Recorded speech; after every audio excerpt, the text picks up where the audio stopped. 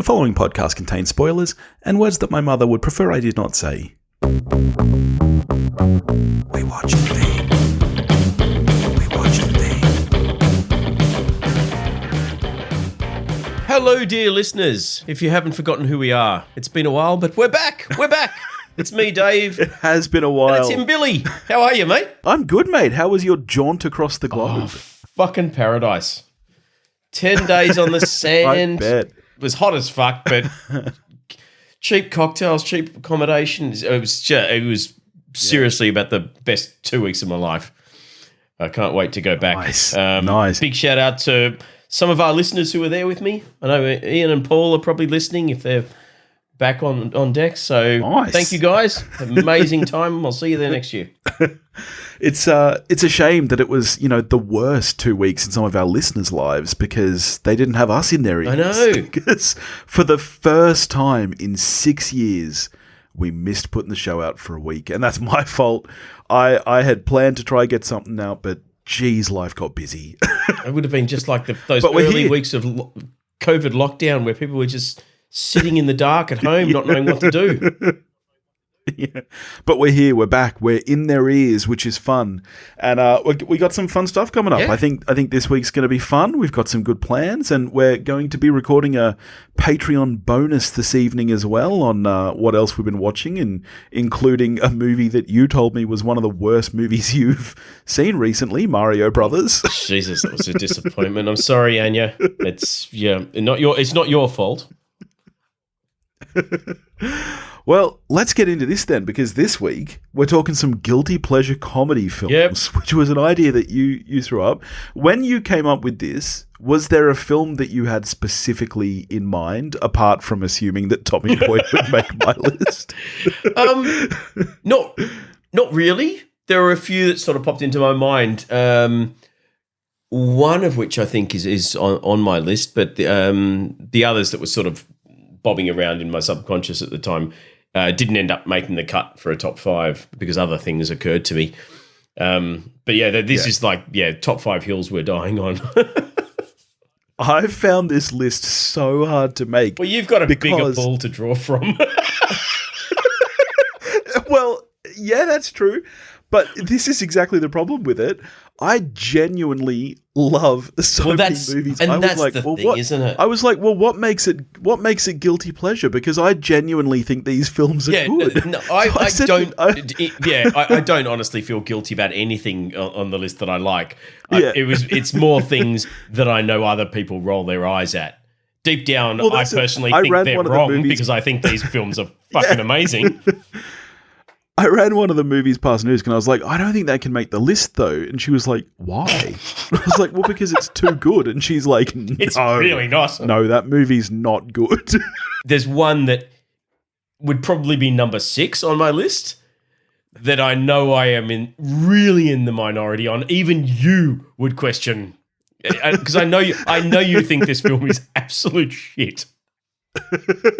Well, here's what I ended up doing was sorting my library in reverse order of critic ratings and kind of scrolling through. And it shocked me because the movies that were coming up, I didn't even have on my shortlist. And I was like, people don't think that movie's good. I love that movie. So, all right, let's get straight into it then. How about you kick us off with your number 5? All right, I'm going to try and, on the fly, put these in order from worst to best in terms of my number 1 is going to be the one that I think the most people think is a pile of shit.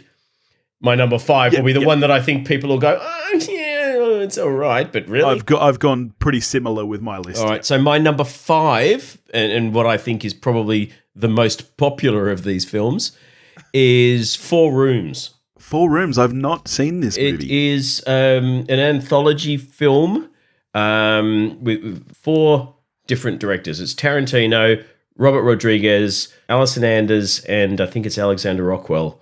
And it's sort of centered, decent pedigree. Yeah, it's. I think Tarantino came up with the base premise for it, which is a bellhop at a hotel, played by Tim Roth, and it's his first night on the job.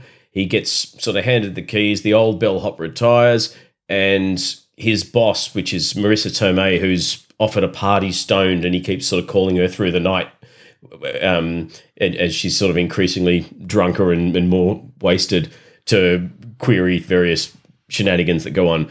But the 4 chapters, if you like, that are encased in this are 4 different rooms in the hotel, and the story of the people staying in those rooms, and then Tim Roth gets sort of pulled into these various incredible stories. One of the rooms has a coven of witches who are performing a rite, and that requires male semen. So that's one of the chapters. There's a chapter where he gets pulled into this psychodrama between a husband and wife played by Jennifer Beals and David Paymer. Robert Rodriguez's segment involves Puss in Boots himself and Talisa Soto, I think, if memory serves, and their 2 horrendous children. And the parents go off on a date, and Tim Roth gets stuck babysitting these 2 awful kids. And then the final chapter, which is the Tarantino one, has Bruce Willis and I think Sam Jackson's probably there. He must be. That sounds right. Phil Calderon. It's basically a who's who from Pulp Fiction. And Tarantino, as is his wont, is basically repurposing something that someone else wrote, which is an old Twilight Zone episode called The Man from Tallahassee, I think. The Twilight Zone ones involves basically the story is it challenged someone if they light their cigarette lighter 5 times in a row, they win a bunch of money. If one time it fails to light, they chop off their finger. And so Tim Roth's the guy that they rope in to say, we might balk at this because we're all friends. So here's the cleaver, you're the chopper, and he's going to try and light his lighter. And it's just it's basically just 4 20-ish minute segments with this wraparound story of him as a bellhop. It's very, very funny. For some reason, it just always gets, along with Death Proof, it's kind of the dud in the Tarantino oeuvre that everyone sort of jokes about. He said, of course he made 4 rooms. And I'm like, 4 rooms fucking rules. I'm looking at the critical reception now. It sounds amazing. It sounds right up my alley. 13% rotten. Yeah. It won a Razzie Award for Worst Supporting Actress for Madonna. Well, that bit's probably fair. She's terrible. But yes, it's got a great soundtrack. It's got an awesome theme song. I reckon you'd really dig it. I'm gonna check it out for sure. I have no shame. I don't care that it's been critically panned. It sounds right up my alley, and I love 4 great directors, an amazing ensemble cast, and really, really fun. Yeah. So there you go. 4 rooms. All right. All right, kick us off. What's your 5? My number 5 is a movie that was introduced to me by a colleague many, many, many years ago, back when I was in TV. Jesus, must have been nearly 20 years ago. Wow, I feel old. And she was the only person in the world who liked this movie, and she recommended it to everyone in the room, and everybody hated it except for me, and it ended up becoming one of my favorite movies. It's a brilliant ensemble cast. I don't know if you will have seen this. It's called Chain of Fools. The name's familiar. Who's in it? So it's from 2000. It's got a massive cast. Steve Zahn, Selma Hayek, Elijah Wood, David Cross, Tom Wilkinson, David Hyde Pierce, Lara Flynn Boyle, and Jeff Goldblum. Oh, shit. And it is a brilliant, I think anyway, comedy. Steve Zahn is like an unassuming barber who somehow gets wound up into this giant fiasco involving this rare coin that gets stolen. And Goldblum is like this, he's this real greasy motherfucker criminal. And it is just so much fun. It's one of those movies where literally you can say like the first line of the plot and then say, and hijinks ensue. And that's basically it. It's like, it's all these multiple stories that kind of come together. Elijah Wood is this hitman. He's like, I don't know, 18, 19 years old, really young, real baby face. And he's this hitman who, everyone is terrified of, but then it turns out he's never actually killed anyone. It's like, it's absolutely hilarious. It's got some great moments. Again, a great soundtrack. I think that you would dig this film. It wasn't very well received and it's not very well known given how massive this cast is, but I reckon you'd dig it. I'd like you to watch it at some point. The name's familiar, so I must remember it coming out. I'm sure I haven't seen it because nothing about the cast or plot rings a bell, but the name does. Yeah. So I'm thinking I've seen it on like Blockbuster shelves or something like that because it does ring a bell. But no, I'm keen. It's a great cast. How can anything with Salma Hayek and David Hyde Pierce not be good? Yes, I know. Oh, seriously, the cast is... Salma Hayek is hilarious in it. She's really, really good. All right, on to you for your number 4. Alrighty. My number 4, I've just realised that my entire top 3 are probably negative Rotten Tomato scores. So my number 4... the same. My number 4 is a musical. Oh. It is called a musical called Cry Baby by John Waters. Johnny Depp. Indeed. Johnny Depp's first musical. I was going to say only, but then I remembered... Sweeney Todd. Burton used him. Yeah, this is by far my favourite John Waters film, and I am a bit of a John Waters apologist. I like even his sleazy early stuff. I kind of have a soft spot for all of it. But Cry Baby I saw at the cinemas, at the much-missed Valhalla Cinema in Glebe in Sydney, which was my regular stomping ground in my high school and early uni years. That used to play all the weird stuff, and it had nice padded reclining seats, which in the early 90s and late 80s was very, very special. I loved Cry Baby. Have you seen it? I have. I saw it once a long time ago. I was in college and I was friends with a chick who adored this movie. So I did watch it, but I don't really remember much about it. Like I don't remember disliking it, but I don't remember liking it enough to, remember anything. It's kind of a shtick on the whole Grease formula. You've got the greasers and the socias, if you like, in the outsiders' parlance. Although in this, they're the what are they? The drapes and the squares. Johnny Depp's the leader of the Drape Gang, along with regular John Waters staples like Ricki Lake before she became a talk show sellout. Tracy Lords, fresh from her porn career. Darren Burrows, who you might know as Ed Chigliak from Northern Exposure. He's in there. A couple of others. And, Johnny Depp falls in love with the daughter of the mom from the local charm school. Meanwhile, singing all sorts of Gene Vincent rockabilly style, Link Ray sort of dirty rock songs. The music's great. It's really funny. You've got great cameos. You've got Iggy Pop as his adopted father. It's hugely fun. I think of all the John Waters films, this and maybe Serial Mum are the ones where I think the comedy still holds up and they are genuinely funny and clever. Serial Mum is very funny. I watched that for the first time only last year. I think we put it out as a patron bonus. Yeah. Hairspray too, I think. Those three, I think the satire is particularly strong. He's sort of moved on from his kind of shock era 70s stuff that he did with Divine, and was still edgy enough that they're very much indie films, but still very, very funny. And Johnny Depp is really good. He's really, really good. And it's peak Depp when he's like the prettiest person on the planet. Might be worth a rewatch for me. Yeah. Right, well, my number 4 through 1, I'm certain are films that you would have seen at one point. I don't know how you'll feel about any of them. Spoiler alert right now, I did not put Tommy Boy on my list because I stand by it's too good. It's too good for a list like this, Dave. Tommy Boy, there is nothing guilty about that film at all. It is pure pleasure. So from memory, I gave it like a 3 or 3.5. I didn't hate it. I wanted to hate it because it would have been funny, but it's fine. I mean, I'm not a fan of the fat guy in the little jacket. I think that's not funny, but I like Spade, so yeah, fair enough. All right, but my number 4 is the movie that I think is probably going to be the most well-known and certainly the most well-received on my list, I hope. This is the film that I said to Nooska, I don't think this can go on this list, and she said, no, that's not a good movie. It's not another teen movie. Have you seen this one? It's genuinely good comedy. It's a good parody. That's what I thought. That's Come what I on, thought. Noose. And What are you talking about? I like a parody film. I honestly nearly put Scary Movie on this list because I Scary genuinely Movie enjoy belongs on that this as list well. ahead of Scary Movie's not good.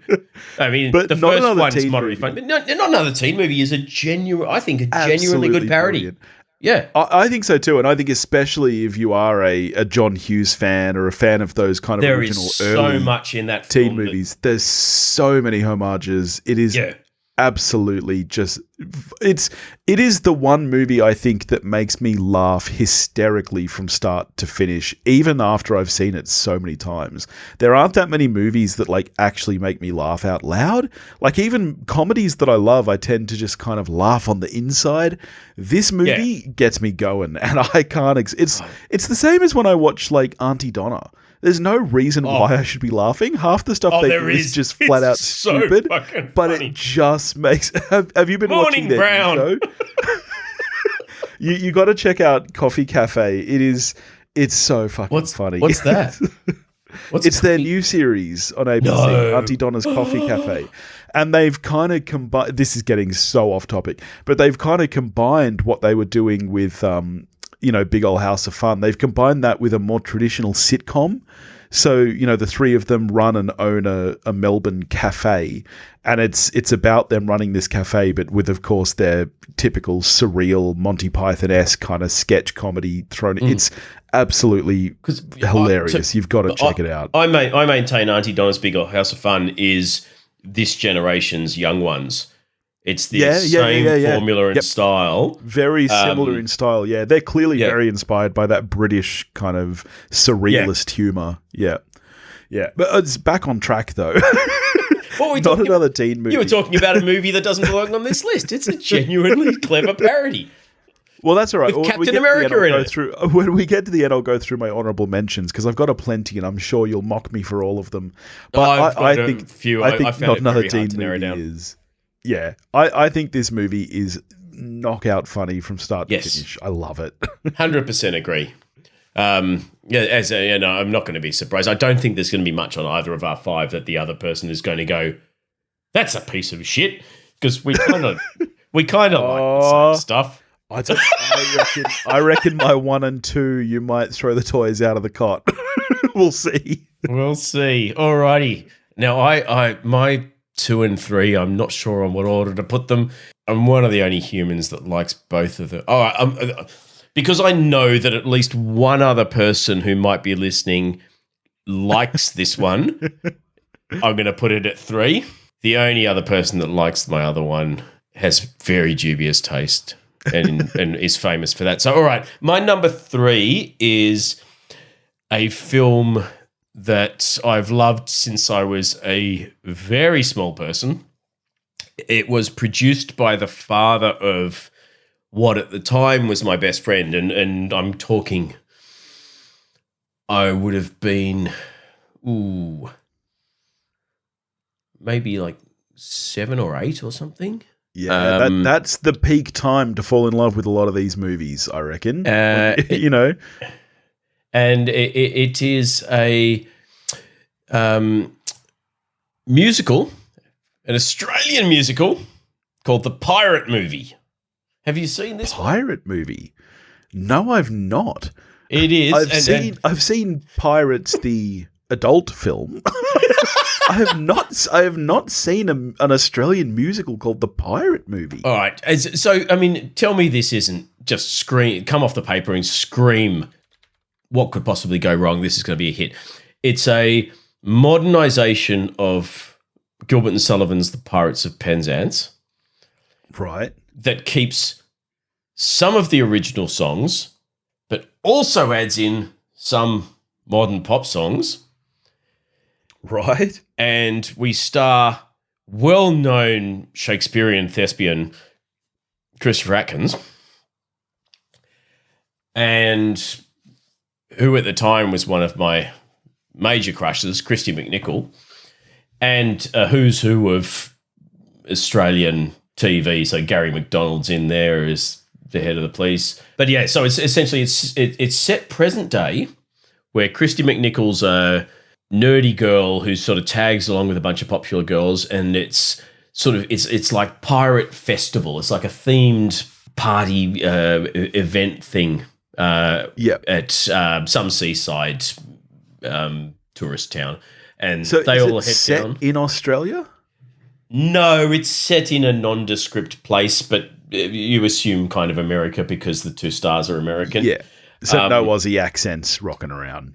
Oh, no. Trust me, once you get Gary McDonald and Maggie Kirkpatrick and people coming up, there's Aussie accents aplenty. But she follows her popular friends down because they're all crushing on the young actor playing a pirate down at the themed thing on a sailboat, which is our young pretty boy. And she follows them down. Her name's Mabel, and she's got glasses, so she's obviously a nerd, and she's wearing a T-shirt when all the rest of them are in bikinis. And he sort of demonstrates a pirate sword fight with Ted Hamilton, who later plays the Pirate King, but is the other actor, and then invites all of these girls to come out on the boat for out to an island for a picnic. And they deliberately leave Mabel behind, so she jumps in a little dinghy and tries to row after them, gets caught in a storm, wakes up on a beach. While she's unconscious, she sort of dreams the Pirates of Penzance story, where she plays the youngest daughter of the Major General, and Christopher Atkins is the young bloke who's been raised by the pirates but wants to get away, and so on. And they go through that whole story. But it has so many anachronistic touches that shouldn't work, and in most people's opinion, really don't. But I think it's just genius. So when Gary McDonald turns up as the head of the police, when they call the police in because the pirates are attacking, he's a 1960s Bobby with the helmet riding a bicycle. Yeah, right. And with a truncheon. Yeah. It's like something out of the Goodies. When Ted Hamilton and Atkins are fencing, Christopher Atkins loses his rapier, or epee, or whatever it is. He hears, "Use the force, Frederick," reaches out. It starts glowing like a lightsaber and shoots into his hand. And Ted Hamilton says, I can see that working. That sounds good to me. "How did you do that?" "Oh, I saw it in a movie somewhere." I mean, it's a fucking pirate. It's high echelon stupid. But maybe because I fell in love with it as a very young kid, because my mate's dad had sort of made it. And I've seen it so many times. But Gidget von LaRue, who is a woman of impeccable taste, from the Retro Cinema podcast. Yep, Retro Cinema, Gidget von LaRue, she loves it as well. And we have bonded many a time over this film. So, Gidge, I'm sticking firm. I'm not guilty. You're not guilty. No one should be guilty. It's just a great film, but the world mistakenly thinks it's a giant steaming pile of shit. And but I'll bring you the DVD when I come down in May. Yeah, I'll watch it. Throw it on. Did I mention there were cartoon animals? I don't know. Maybe I didn't. Not. Like Mary Poppins style? Like it was like 1970s water babies. He's down with like a diving bell helmet that's not connected to anything, so water could rush in. He doesn't have a suit or anything, looking for treasure, and has a musical number that she sings while she's up on the boat, like pumping air down to him. And he's down there with cartoon seahorses and fish and stuff. Yeah. Jesus. I mean, I know it sounds good, but it's even better than it sounds. So my number three is one of the films... My number 3 is one of the films that I did not initially have on my shortlist because I just assumed that, much like me, everybody in the world recognized how good this movie was. And then I was scrolling through my list of movies and I saw this there at a whopping 11% on Rotten Tomatoes with an average score of 3. Ooh. But let me defend myself. This movie came out in 1998, so I was 10 years old when I first saw this movie. Oh, that just depresses me. Please don't throw out numbers. And I'm the guy who still to this day watches Saturday Night Live. That's right. I'm like the one person. I love Saturday Night Live. I watch it every week. Good SNL is great, but 90% of SNL is Fucking terrible. It's so true. Even today, it's real hit and miss. Like, you'll watch an episode, there'll be maybe 10 to 11 skits. You'll have 2 to 3 that are really great. The rest, pure trash. I cringed through most of it. But for like all of the cringy stuff, and I've never actually watched, I don't think, a full episode. I've watched stuff on YouTube for years and years. But for all of the terrible things where I go, God, Americans can't make comedy, then you've got Celebrity Jeopardy, or you've got David S. Pumpkins, or you've got more cowbell, you know, the ones that live on, and they are some of the funniest sketches of all time. That's right. So this film came from an SNL sketch, and some people say it should have stayed as a sketch. I think they're wrong. This film is A Night at the Roxbury. Are you familiar with this film? I haven't seen it because it oh my God, fucking awful. But I know several people who think it is in one of the best comedies ever made. I think Wayne loves it from memory. I think at the countdown. Yep. I think that Wayne and I have quite a similar sense of humor in that it's very broad. Wayne and I both seem like the kind of guy who can appreciate a very, very dumb comedy as long as it's well executed, as well as very high-class comedy. For me, it's all about the execution. I don't care whether it's highbrow, lowbrow, as long as it's executed well with the good right slapstick intent. is great. It's just very hard. Oh, yeah.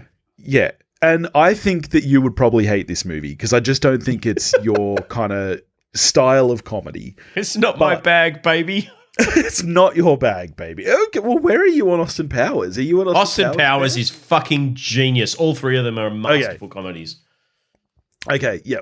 Well, you might like this then. It is very much that era, you know, when like it got worse for me. I think in the early 2000s, the world went a little bit Will Ferrell crazy, and I'm not a huge fan of a lot of his stuff. Yeah. But this film is absolutely hilarious. It's literally just the story of these two brothers who like clubbing in LA. Who's the other one? And I can't remember. Chris Kattan. Kattan, that's right, with all the A's in it. Yep. And it is just absolutely hysterically dumb comedy. It's like Dumb and Dumber in a nightclub. These two are just the dumbest men imaginable, and they think they're so cool. But it's 1998, and they're effectively still living in the 80s. They're wearing these brightly colored kind of velour suits and, you know, trying to pick up and never succeeding. And it's just...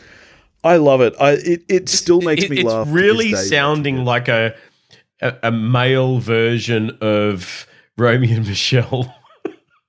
It is similar, but Romeo and Michelle would never belong on a list like this because that is, and correct me if I'm wrong here, that is a brilliant fucking movie, right? I love Romeo and Michelle. Okay, yeah. I almost think of it. It is a comedy, but I don't think of it as a comedy. I just find it kind of a heartwarming, nice film. Whereas, I get the sense this is not. No, the humor in this is nowhere near as intelligent as it is in Romeo and Michelle. There's no kind of... It sounds satirical. It sounds like it's making fun of the nightclub scene, but it's not really. It's kind of just a premise for a gimmick. But for me, it works all the way. I can't hear the song What Is Love without doing the head nod thing, which anyone who's seen this movie will know what I'm talking about. So this is geared specifically towards people in the age bracket that when they hear What Is Love, immediately under their breath go, baby, don't hurt me. Baby, don't hurt me. 100%. Yeah. And it's got a great soundtrack. It's so good. I mean, I have been meaning to check it out because I expect you or Wayne to like comedies that I think are trash. And that's part of why I love you both. Okay. But like I said, my number two. There are other people there are other people who rave about this and put it up on a pedestal as a genius comedy that I've kind of been meaning for years to check it out. Even though I'm not going to like it, but I would like your take on it. I'd be really curious to see where you fell on it because, like I don't think this is smart comedy at all. I just think that it's very, very funny. I'd be curious to see what you thought of it. I will check it out, and I hope I like it because I think there are people who I get the sense think I'm a bit of a film wanker. So I kind of I want to like more things that are perceived as trash because I think it will level out people's perception of me. Which in my opinion, you like plenty of trash. I think subconsciously that's why I picked this topic. Diaries more, and everybody will know how much trash you enjoy. Hey, I think that's over an 8 on IMDb. All right, let's embarrass myself some more. Where are we up to? Oh, okay, yeah. Speaking of shit that Wayne likes, my number 2 is a film called Your Highness. Oh my God, that movie is hot garbage. I hated that movie so much, and I was looking forward to it. I thought it was going to be really, really good, and it was the biggest chunk of shit I've ever seen. And yet, I rewatched it because I questioned the fact that the first time I watched it, I had heard nothing about it, and I laughed my ass off. And then everyone slagged it off across the board until Wayne mentioned it like 6 months ago or something. I didn't think another human liked it. Everyone seemed to slag it off. And then he mentioned it again this week. Good for him. I love him. I rewatched it because I questioned myself. And you know what? Which is the right thing to do. Even fucking funnier. Questioning yourself is the right thing to do. Rewatching it is not. Just a bad movie. I genuinely don't like McBride. I didn't like whatever that thing that TV show that people raved about and said was really clever, where he's a washed-up baseball star, Southbound and Eastbound Down, whatever and it Down. is. Whatever. Yeah. I fucking hated that. Couldn't get past the first episode. Everything he's been in, even This Is the End, which I think is a brilliant comedy. Yeah. He's the most irritating thing about it. But the film is so good that I kind of he fits the character he's meant to be, which is an annoying dickhead. But I've disliked him in everything else I've ever seen him in, apart from this, where he's the fucking star, and for some reason it all just works. Franco, James Franco normally annoys me. No, usually James Franco annoys me. He kind of works in this because he's playing a pompous wanker, and that's kind of his wheelhouse. Portman, just amazing. I don't know how they got Natalie Portman to do this movie. Zooey Deschanel. I mean, talk about I fucking hate Zooey Deschanel. Oh, how dare you? You don't like New Girl? I hate her. New Girl was an interesting one for me. I grew to like it because I was watching it, because Noosk was a fan, and I still maintain that is not a good show at all. I think that there are enjoyable things about it. I love Jake Johnson. I think there are elements of it at work, but I do not like her at all. Schmidt is one of the greatest characters. Fine. He's good. He's okay. Yeah. I watched the entire run, and don't get me wrong, I didn't hate my time watching it. I think there are worse ways to spend your See, I think that's the worst episode of the entire series. I do not get it. There are so many people who enjoy that, and I'm like, that is so easily the worst episode. It felt like a commercial. One of the greatest episodes of any sitcom ever. But anyway, we're off track. Not a Deschanel. Because, fun fact for you, did you know that Zooey Deschanel is dating one of my great loves, one of the Property Brothers? Way to just knife your argument in the spleen. And of course she used to date Ben Gibbard as well. Death Cab for Cutie. So, she's around people that I enjoy. He's not the other half of her band. Who's the other half of him and her, or whatever she and her band him? Is? She and him. No, it's not Ben Gibbard. Surely you like that. That is so in your musical wheelhouse. You love that. It's very twee, and it comes up all the time in my Spotify recommended because it is in my wheelhouse. Spotify, I hate her. Still can't do it. Just not for me. Not for me. I just don't like you, Zoe. It's 1-0. 1-0. Your name is Zooey, and that's a dumb name. I think she's probably named after the book, which is an American classic, but whatever. Frankie and Zooey? No? JD Salinger? Whatever. All right. Come on, Your Highness. He kills a Minotaur and wears a dick around his neck. Yeah. I'll just end this number with it. All I'll say is if you were worried that people thought you were too much of a filmmaker and you couldn't enjoy trash, you've fixed that problem. That's not a problem anymore, Dave. That's just not a problem. Problem solved. All right. Your taste in this episode has been more questionable than mine, and that's saying something. And this is only my number 2. Imagine how hated my number 1 is. All right, well, here comes my number 2, and I'm curious to hear what you think of this, because I know that this movie is not well received. Whatever it is, I'm going to shit on it, because you just were so mean about Zooey Deschanel. I know that most people don't like this guy, but you actually already in this episode have mentioned once that you like this actor.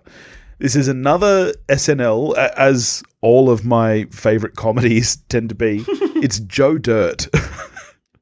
Nothing wrong with Joe Dirt. Yeah, there we go. Okay, you do like people David not Spade. like that film?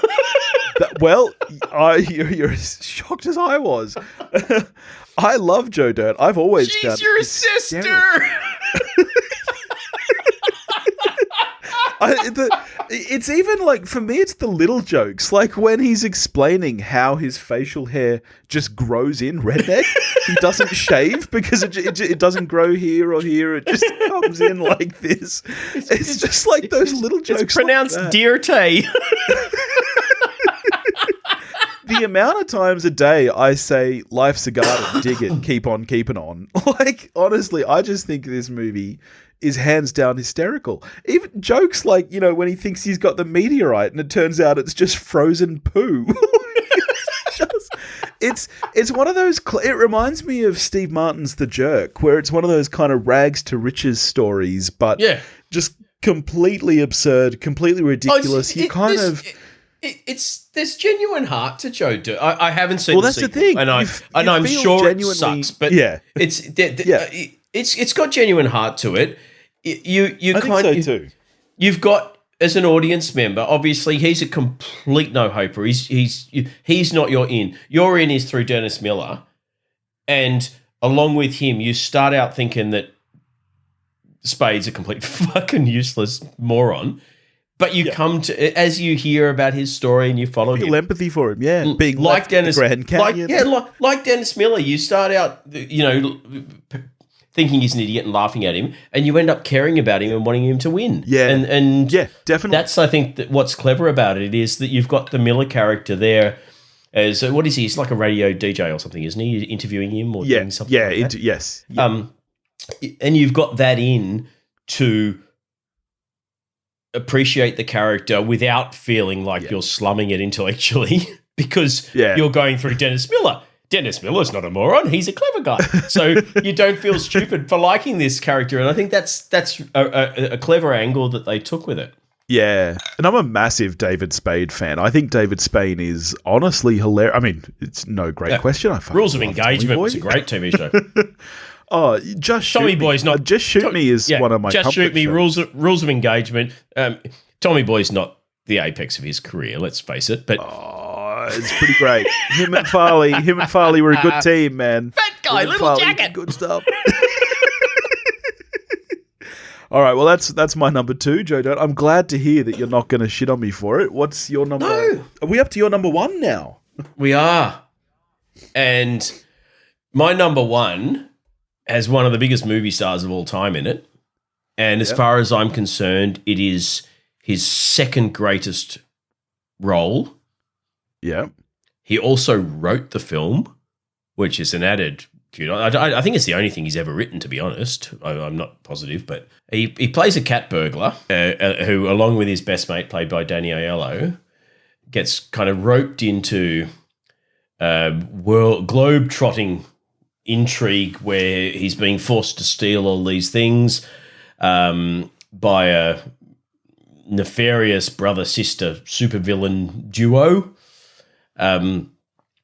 Meanwhile, being chased by a ragtag rogue bunch of CIA agents, all trying to assemble this contraption that was invented by Leonardo da Vinci to turn lead into gold. you've got James Coburn heading up the CIA agents, and then as our star character, Hudson Hawk, you have Bruce Willis. Yeah, when you said the name, I knew of the movie, but I've never seen this movie. I didn't know that Bruce Willis wrote this. He wrote it. He never wrote again because everyone criticised it so much, and he went, "Well, fuck you. I'm never writing again." So this is a comedy movie. It is a caper comedy. Yeah. Andy McDowell plays this spy agent nun from the Vatican who is also trying to stop Da Vinci's contraption being assembled. This comedy is fucking brilliant.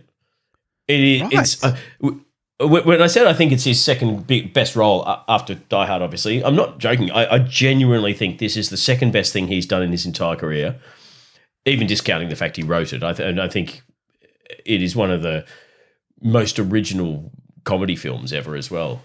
I absolutely fucking love this film. I'm going to have to check this out. Oh, I can't believe you've never seen Hudson Hawk, out of morbid curiosity. Yeah, no, I've never seen it. I actually haven't heard much about it. I haven't heard about it being bad or good. I just haven't really heard about it. You've not heard about it being bad? I knew it was a thing. It's one of those, it's like Ishtar. It's one of those ones that most people haven't seen, but everyone will tell you is one of the worst films ever made. Yeah, right. And like Ishtar. I'm going to check it out. I'm putting it on the list. Ishtar's not bad either. I mean, the Dustin Hoffman, Warren Beatty film, that's a perfectly decent caper film as well. But was a huge bomb. But I saw Richard E. Grant a few months ago doing his like one man with a microphone on stage thing at the Sydney Opera House, which was great. It's just all anecdotes about his life and stuff. And during the interview, they had Nap and you could write questions and he would answer them in the second half. And I said, "Oh, look, I'm one of the few people that likes Hudson Hawk. What was it like working with, Sandra Bernhard so closely? That must have been amazing." And even he opened it by saying, when he read the question out, saying, "I'm one of the few people that likes Hudson Hawk." "Oh, well, you need to seek medical attention." I'm like, dude, you were fucking in it. That's gold. It's that's really cool. Cannot recommend it. I think I've got this at 5 stars on Letterboxd. I can't recommend it highly enough. I'm checking it out then. We should do an episode on it is what we should do. Or I'll try watch it before we do our next What Else We've Been Watching for the patrons. Perfect. And we'll, nice. All right. Well, my number one. I'll see Roxbury before then as well. And then we'll compare notes. Yes. Good.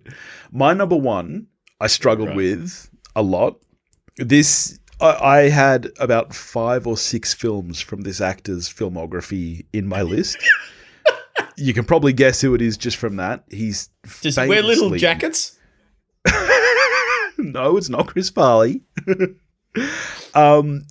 Famously kind of renowned, particularly these days, since I'll give you a big hint here, since his deal with Netflix. What have you done? What have you done? I love just about everything this man made in the 90s and early 2000s. Oh, Jesus Christ. And one thing I'd love to do at some point is a spin-off series where we just go through Sandler's filmography. I would love to put his entire filmography in a hat and each week we just pull one out and watch it no matter what it is, because there are highs, there are lows, there are but I struggled because I had Happy Gilmore on my shortlist. I had Billy Madison on my shortlist. The reason I went with this one really is to stick the finger up at fucking our good friend Jason over at Binge Movies, who recently shat all over this, and it's one of my all-time favorite films. It's Bulletproof with Adam Sandler and Damon Wayans. Have you seen this one?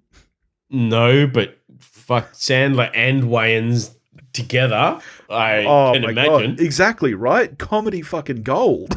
So, and to top it off, it's like it's an action comedy.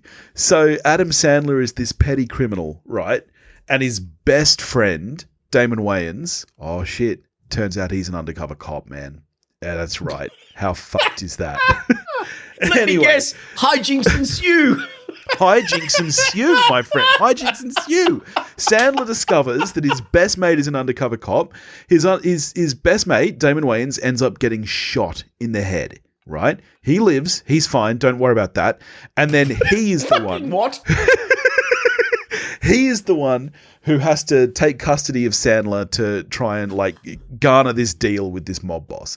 And so it's this kind of buddy comedy film, but the buddies have kind of fallen out. They hate each other. And you got Sandler doing his typical yelling shtick. You've got Damon Wayans being cool and collected and hilarious as all fuck. Because I love Damon Wayans as well. Don't get me started on Major Payne. Major Payne is absolutely gold star material.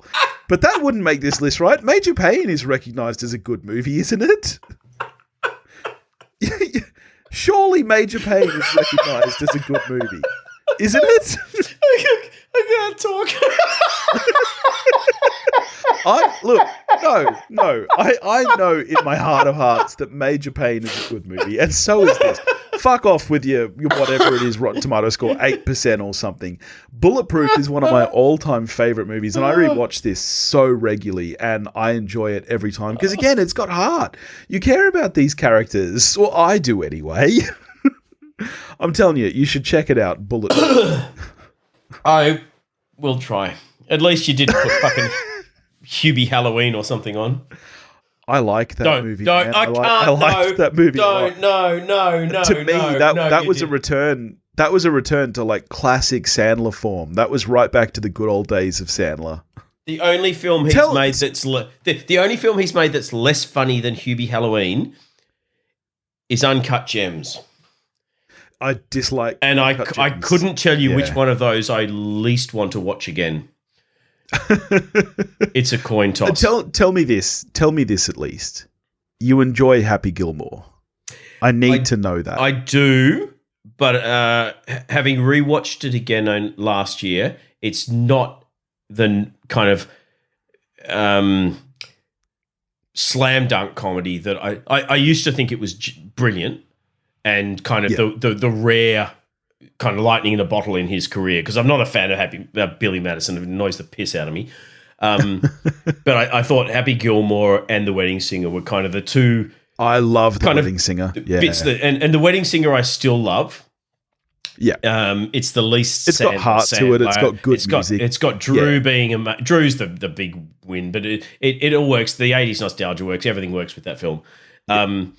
Happy Gilmore I still enjoy a lot. Yeah. I'm certainly not shitting on it, but it's not a sort of 5 out of 5 comedy slam dunk that I probably thought it was 15, 20 years ago. Yeah, Sandler annoys me too much now not to kind of grate on the bits where he's being very Sandler. Yeah. If that makes Holy sense. Shit. Major Payne is not well received. But get this. Roger Ebert, who is my favourite film critic of all time, I respect him very much, and he's not just a stuffy old man. He gave Major Payne 3 out of 4.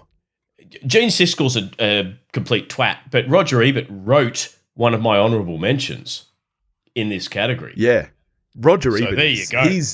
I love Roger Ebert. So he gave Major Payne 3 out of 4. I'm all right with it. Good movie. Good movie. All right.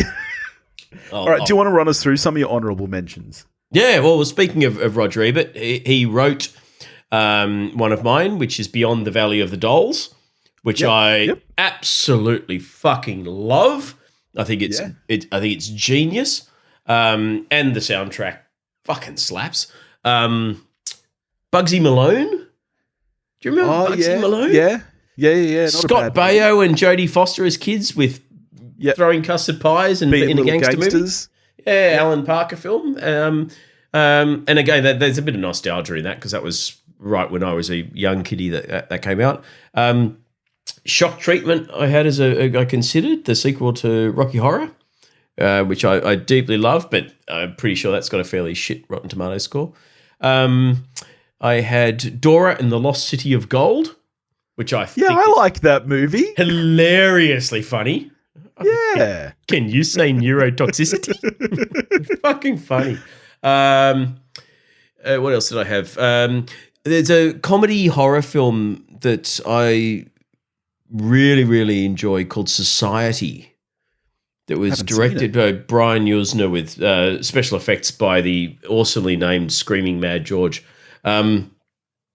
It's got Billy Warlock from Baywatch as the main character, as this preppy, yuppie kid in, I think they're in like Orange County or somewhere, and slowly discovers that all of the uber wealthy people in the society that he lives in literally feed on the poor. That sounds right up my alley. I'm going to check that out. Replete with some of the best body horror you've ever seen on the screen. It's awesome. I'm putting that on the list. So yeah, I had that. I don't know how. I kind of have a sense that people think it's shit, but I think it's amazing. The only other couple I had, one of my favorite of the kind of Zucker Abrams ilk, it was a film called Amazon Women on the Moon. Yep. Which I saw at the cinema and thought was one of the funniest things I'd ever seen at the time. And the last one, and I've left it to last because I know you don't like it, is the Jay and Silent Bob reboot.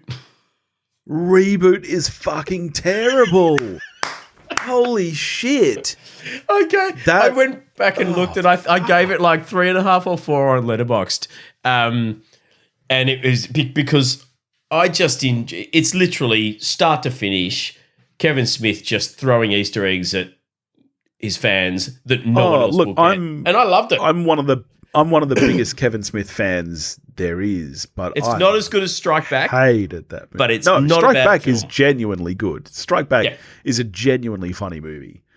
I've mentioned this is the closest to being in my 5. Reboot was in my 5 right up until the end. I've mentioned most of my honorable mentions already. Happy Gilmore, Billy Madison, Tommy Boy. I'm a big fan of Biodome, Polly Shore. Oh, yeah. That's one of the few Pauly Shores that doesn't make me want to pull my eyes out. Mate, because it's got Brendan Fraser in it. Who's the other one? Pauly Shore, Brendan Fraser. Is it just the two of them? Is there a third? I think it's just the two. I know that there's also Encino Man, which has Sean Astin. I'm thinking of Airheads. Airhead. Yeah, right. Which is got Buscemi in it. Yes, it does. Yeah, I like that movie as well. Basketball, I'm a big fan of. No, that is not anywhere near this list. That is a great comedy. That's what I thought too. That's why I didn't put it on in the end, because I'm like, look, I'm not going to trust the critics here like at basketball. All. It's a fucking classic. I love that movie, and I know Steve Perry. Like a lot of people, I think, have the assumption that it's a Trey Parker and Matt Stone film when it's not at all. They're just acting in it. But so much of it's ad-libbed to the... it has their style. It's got them all over it. It's so funny. I love that movie. So that's pretty much it plank for me. of peace. All right. Well, this was fun. This was good. I liked this. Yeah. I'm dying on all these hills. Yeah. If you disagree with us, dear listener, or even better, if you agree with us, let us know. Get in touch and let us know what your guilty pleasures are, because I'd love to keep this conversation going. This was good fun. Stand up for the stuff you love. Shout it from the rooftops. Next week, we're going global, checking out some anime with the newly released Suzume no Tojimori, which I'm really excited to get to. It's Makoto Shinkai who made Your Name. I know that you liked Your Name, didn't you? I did. I famously am not an anime person, but I watched that because so many people raved about it, and I genuinely liked it. So I'm cautiously keen. Let me put it that way. I've loved all of Shinkai's films. Weathering with You was also brilliant. Also made me bawl in the cinema, much like Your Name did. I'm a cinema crier. He made a beautiful film called Garden of Words, which is quite short. It's only about 40 minutes long, but the best animation you will ever see. Like, from an art perspective alone, I reckon you'd enjoy watching it. Like, the way... Your Name was gorgeous on a I mean, I haven't seen it in a cinema, but I've got quite a large television, and it looked amazing on that. You should definitely check out Weathering with You and Garden of Words as well. But I'm very excited for Suzume, so that'll be good fun. And then the week after that, we're back into required viewing territory. Yes. With some more hidden gem got TV some shows that the other fucking has to watch. Awesome shit for you on this. This is going to be a better five than the first five. But, and the first five had the Magicians, and the Magicians is one of the best shows of all time. So you can only imagine how good this is going to be. All right. Well, that's the next couple of weeks with us. In the meantime, if you want to get in touch with us, you can do that at wewatchedathing.com or wewatchedathing@gmail.com. You can find us on Facebook, Instagram, and Twitter, all under the handle at wewatchedathing.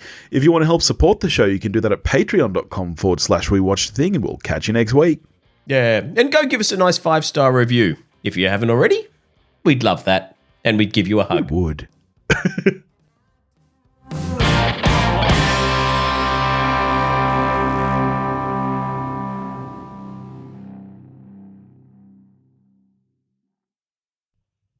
You're still here? The show's over. Go home. Go. But if you can't get enough of We Watched a Thing, why don't you check out our Patreon page? There's tons of behind-the-scenes content, heaps of bonus episodes. You can get full, unedited videos of each episode recording. You can pick a movie for me to do on the show, or even come and join me while I talk about it. So why don't you head over to patreon.com/wewatchedathing. Go watch a movie.